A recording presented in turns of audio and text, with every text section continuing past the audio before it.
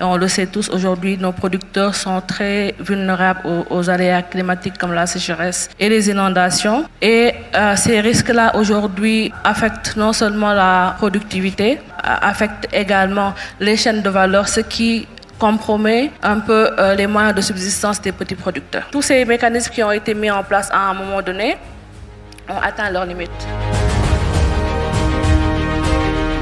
Que les États définissent leur propre politique, déterminer leurs propres moyens avec l'appui des partenaires à créer les conditions d'une production soutenue, augmenter le rendement agricole et créer un espace exempt de la faim et de la mort.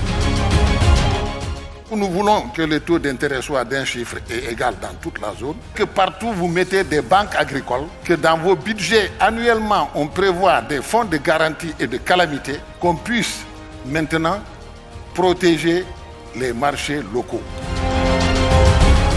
Pourquoi ne pas utiliser ces grands espaces qu'offre le Sahel, une quantité abondante d'eau, un potentiel solaire très fourni pour pomper de l'eau facilement et transformer cet immense espace en un grand jardin ou en une grande zone de production agricole. Donc, lorsque on dit que nous allons renforcer la résilience de la souveraineté alimentaire, il faut aller maintenant voir au niveau du secteur même là, quels sont les éléments sur lesquels nous allons agir. L'erreur commise, c'est de vouloir financer l'agriculture par des financements extérieurs. Ça a été une des erreurs de nos États à Mohamed.